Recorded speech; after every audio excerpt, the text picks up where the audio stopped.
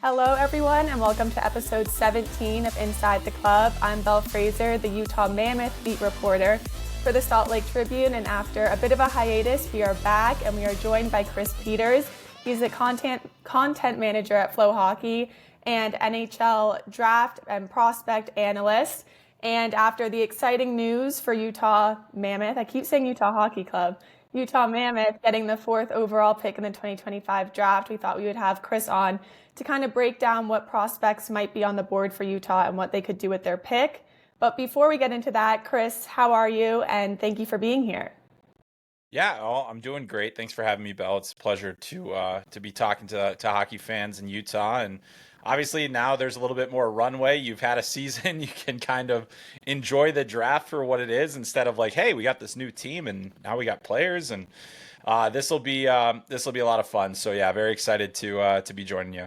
Awesome. And like I mentioned, you do a lot around the draft, analyzing who's going to be up every single year. But for new hockey fans, what does your year look like? Because now everyone's talking about the guys that you've known about for a while, asking you for your expertise. But how do you kind of build that, resume of these young prospects? Yeah, I mean it's a super long process, and obviously it's different for those of us that do the prospect writing and analysis publicly relative to what NHL teams do. Obviously, they have big staffs that can spread out across the world, and we're usually just kind of on our own. So, that's kind of one of the big differences, and why it's always important to remember that, we're trying to cover a super wide area with not the same resources as an NHL team. So, we do the best that we can. But as far as the draft analysis season goes, I mean, really, you start kind of analyzing the players a year ahead of time, picking up on them when they are at games that you're watching, or keeping track of kind of how they're progressing in their stats. And then over the course of a season, our scouting season, if you will, starts in late July. Nice. So the draft ends the end of June, and we are about 3 weeks off, and then really on to the next class. And in some cases, actually, for NHL scouts, they actually start at the USA Select 17 camp, which I just kind of have to blow off because I need to have some time. Yeah. So basically there is no off season in the prospect world. There's a lot of big events that we're able to kind of see a lot of players at, whether it's the Lincoln Gretzky Cup, the World Junior Summer Showcase, top prospects games and things like that. World Under 18s, World Juniors, those are all like pretty key events in terms of getting out there. The good news for all of us is that, video has become much more prevalent in junior hockey, and therefore you will not miss anybody in terms of, you shouldn't have not seen a player, the way that things have gone. So it's a really long process, but then you're just continually watching. And I think that the most important thing in learning how to evaluate players is to kind of get comfortable with making mistakes. I think that's how most of us are going to learn. Where did I miss an evaluation here? And I've been lucky enough to be doing this kind of on and on, for the most part for like 10 years. And then on top of that, I worked at the National Team Development Program for a couple of years in communications, and just kind of got the taste for it there. Watching players develop and stuff. So, and then obviously another big portion of what we do is speaking with scouts. When I do an evaluation, I try to keep it as my opinion as opposed to what scouts are saying.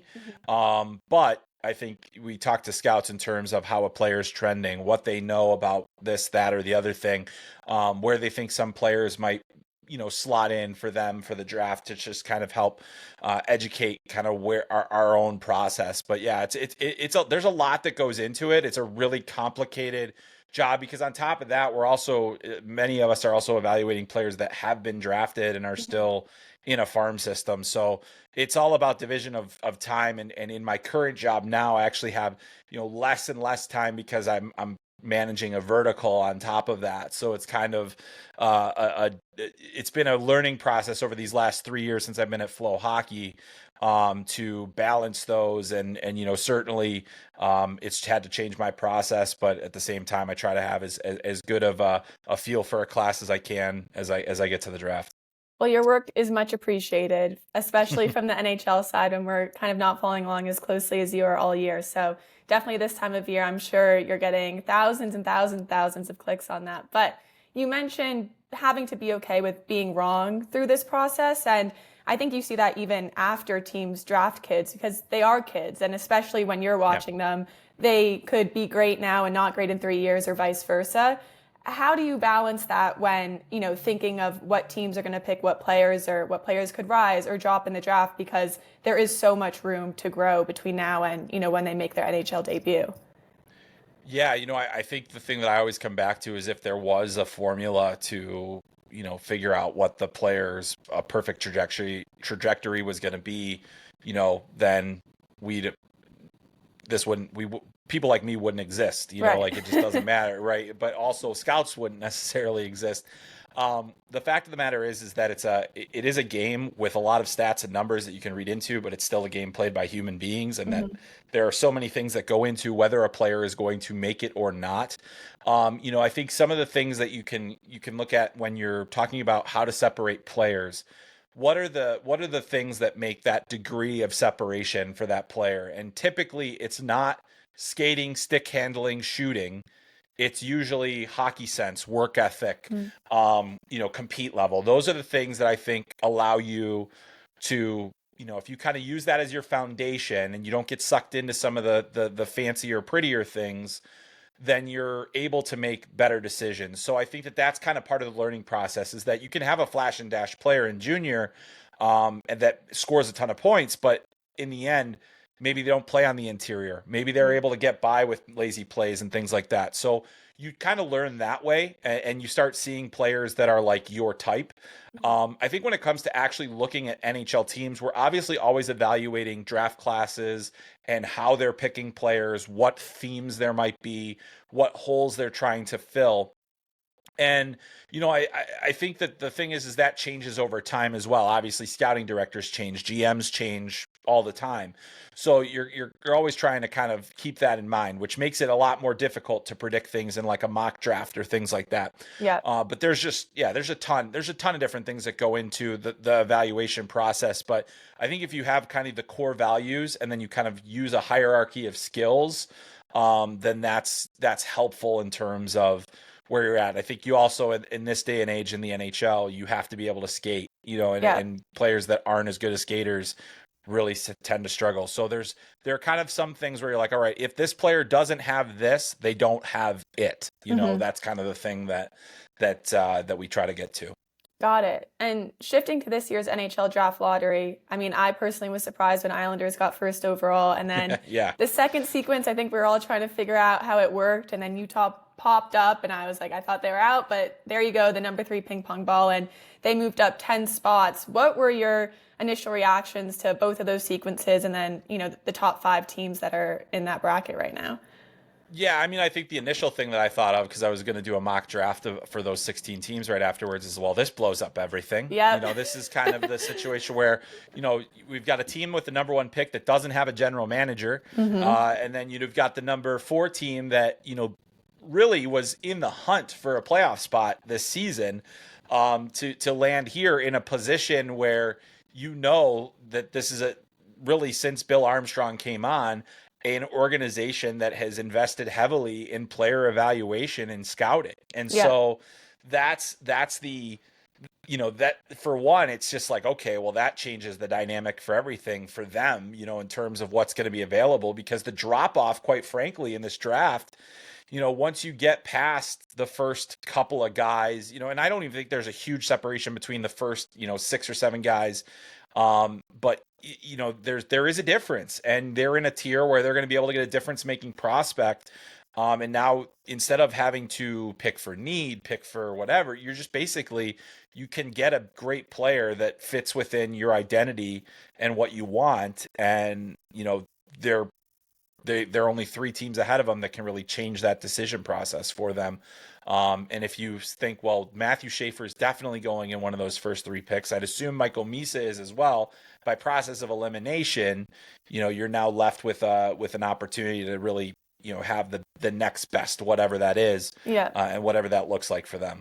You mentioned the lack of separation between, the top five, top 10. It feels like this year there's not a consensus number one overall like there has been the last 2 years, even though it seems like Schaefer might be running away with it now.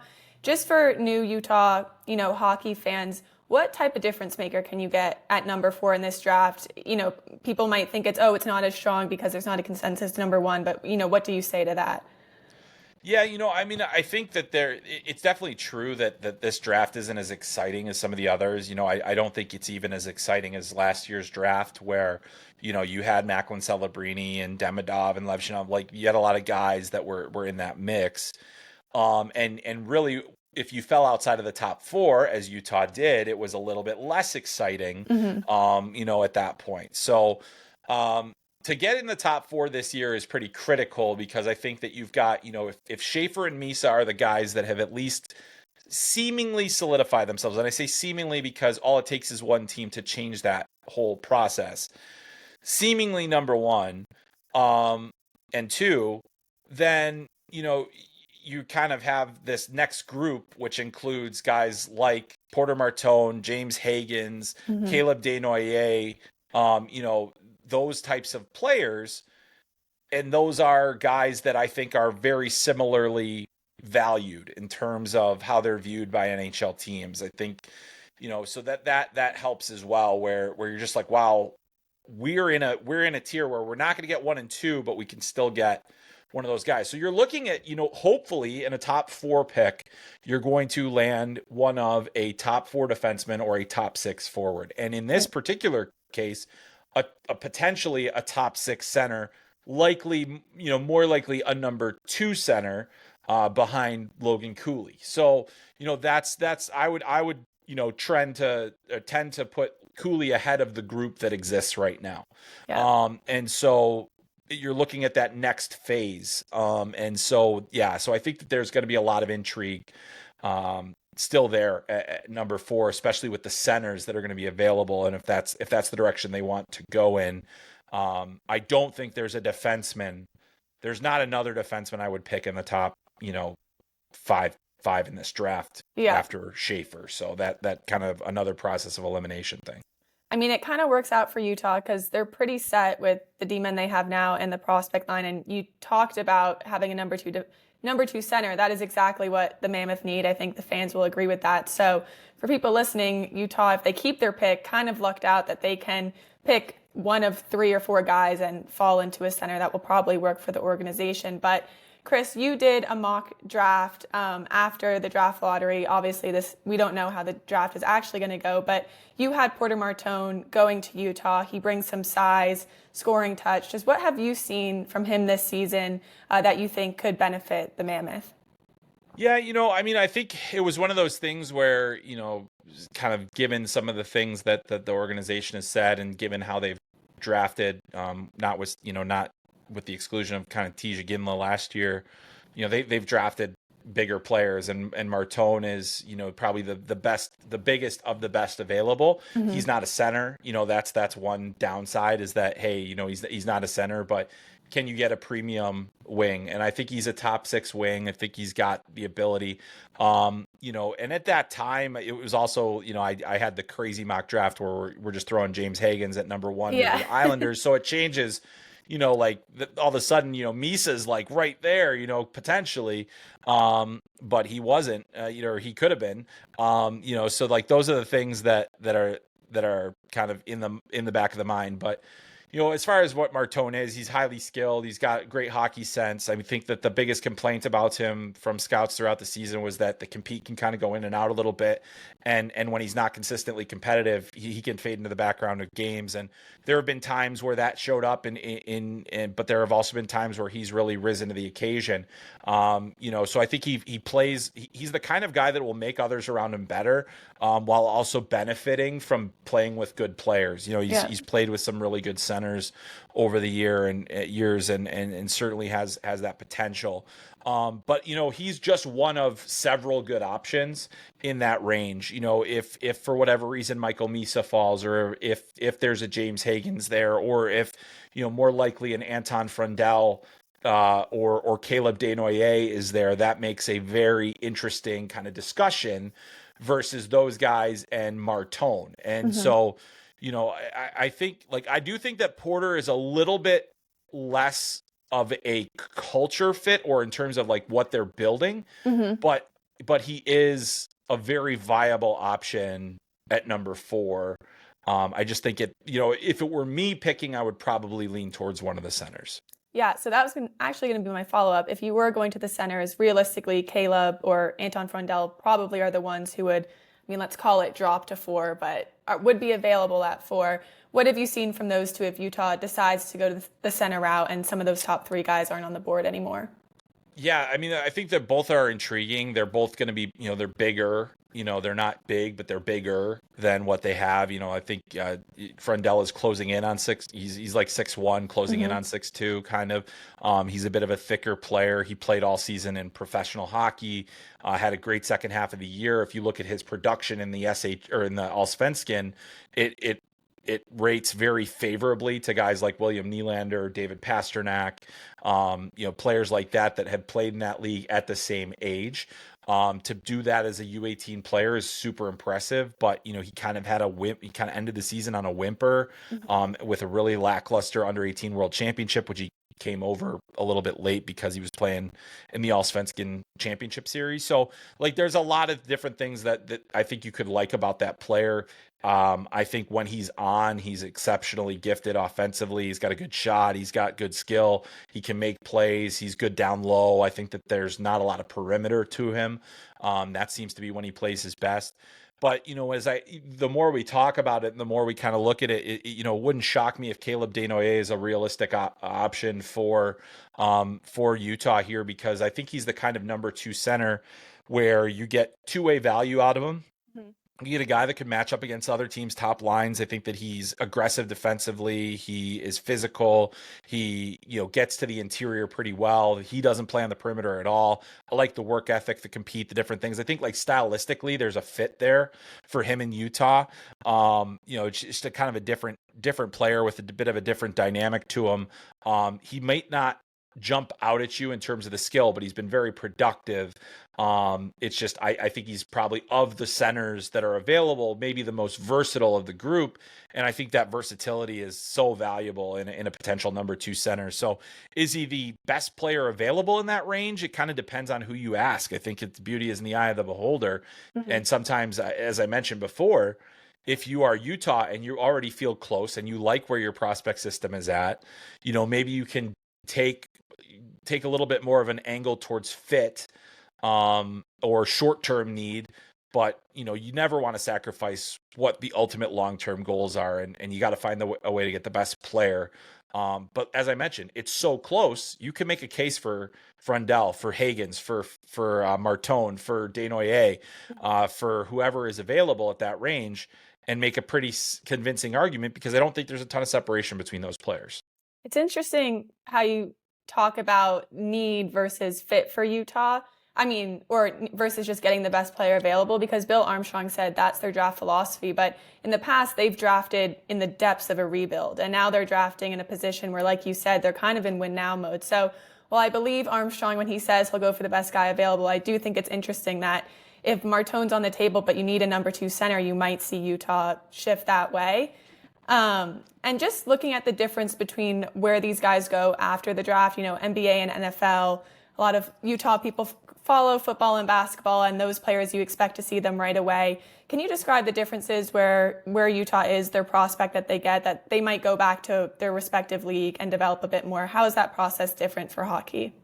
Yeah, so in hockey, the majority of prospects are going back to school or to junior, or to their pro teams in Europe. So the great thing about hockey is, I think, that once you draft these players, you retain their draft rights. So it doesn't force a decision on the players too early. It doesn't force a decision on the teams too early. If you draft a player out of the major junior ranks, you have 2 years to sign that player. Otherwise, that player can opt back in to the NHL draft if he does not have a contract. If you draft a player out of the college track, and this is something that could change. So if you're Utah fans, you are joining the sport at a time of great tumult, where we are dealing with a changing landscape. And Belle, from college hockey, coming from the college hockey world, that these players can retain their rights for 4 years. And so but like now we have players going from the CHL to college, and we're not really sure how that's going to affect contract rights. So those are kind of the things that you have to keep in mind. But in general, hockey players will go back to wherever they were.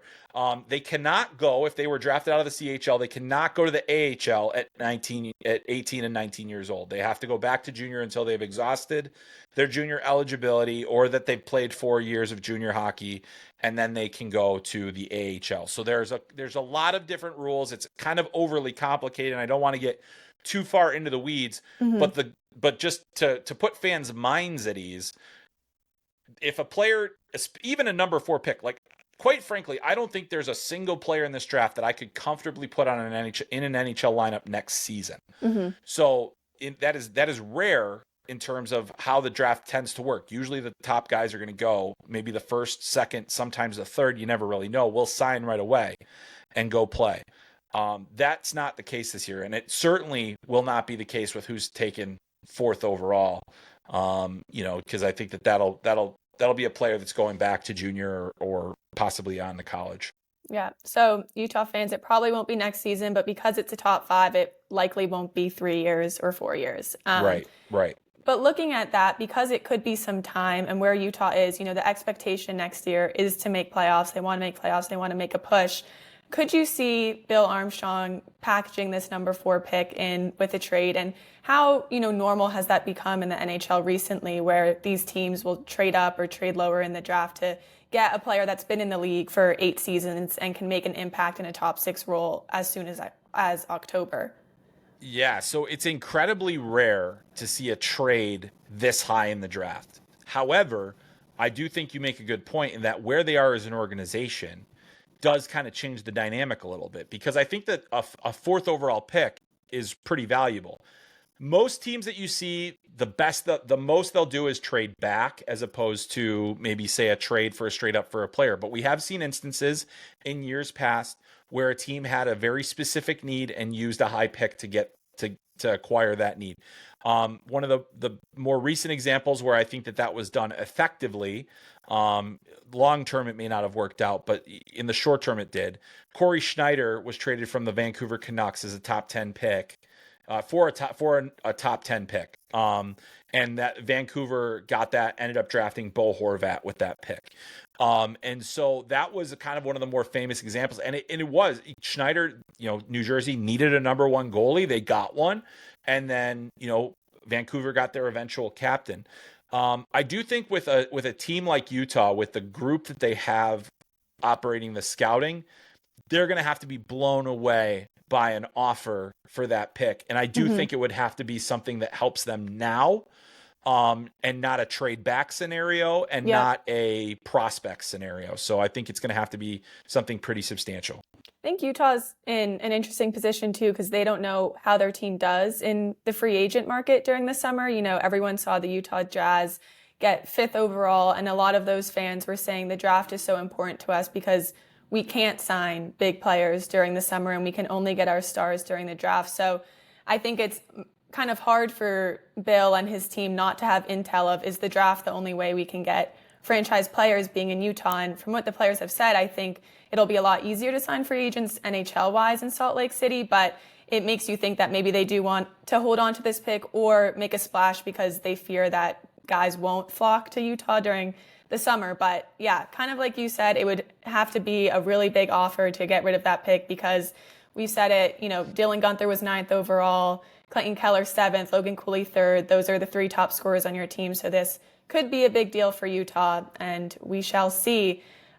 Chris, thank you so much for doing this. Super informative, super helpful. What does your next 2 months look like leading up to the draft, after the draft? Oh man, I would love to tell you that it's full of sleep and all these other things, but no, I mean, really, it does get crazy here. We'll finalize our draft rankings. I'll be heading to the NHL Scouting Combine, which is the first week of June. I'll be talking to a lot of players and agents and scouts and everyone else. We'll do a lot more mock drafts, between now and then. The one after the draft lottery is always, I go a little bit more out there for those, and then we kind of start scaling back and doing a little more reporting and trying to find out where things are going to lie. But and then on top of that, with Flo Hockey, we're also doing AHL Calder Cup playoffs. We're doing the ECHL Kelly Cup playoffs. USHL Clark Cup finals are going on right now. So we have all these leagues that we also stream the games for, that we're doing content for on top of it. So it doesn't get any easier from here on out. And I always say I really look forward to that off season, and it's about 3 weeks long, and then it's right back at it for the next thing. The World Junior Summer Showcase is always the first event that I go to of the year, and it's at the end of July going into August. It used to be in the middle of August. I long for those days, but they are long behind me. So, but it's going to be a crazy race to the finish. I'm trying to decide whether or not I should go to the draft with it being decentralized. Yeah. I'll probably go just because I tend to go, but we'll see what happens. So it's been a lot of fun to do this job, and certainly this class hasn't been exactly the most entertaining to track, but it's certainly a lot of fun. So I'm looking forward to seeing when the picks go. I think it could be a very explosive draft in a lot of different ways, and can't wait to see it all happen. And for Utah fans that want to follow along with your work up until the draft and after it, where can they find you? Obviously, Flo Hockey, but.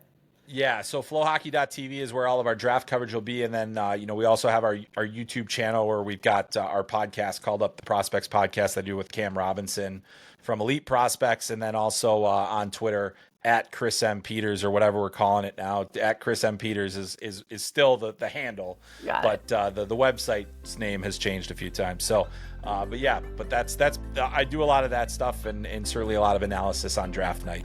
Awesome. Well, everyone go follow all of that. And Chris, thank you again for joining us. And everyone, thank you for listening, and we'll talk again soon.